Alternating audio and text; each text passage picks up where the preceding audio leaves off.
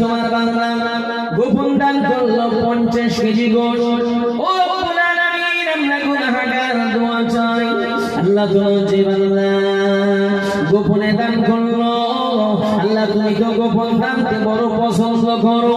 রব্বুল আলামিন, যে নিয়ে তুমি যে বাসনা নিয়ে নবীর মহাব্বতে আল্লাহ মাহে শাবানে আল্লাহ 50 কেজি করে দেওয়ার কথা করলো, রব্বুল আলামিন তার সদনা পঞ্জন যত মানুষ বিদায় হয়ে গেছে এদের ওসিলাতে তাদের কবরগুলো জান্নাতের বাগান বানিয়ে দাও। আল্লাহ তাআলা উপার্জনে বরকত দাও, হালাল রুজি অর্জন এবং হারামকে বর্জন করে চলবার তৌফিক দাও। আল্লাহ তার সংসারে শান্তি দাও।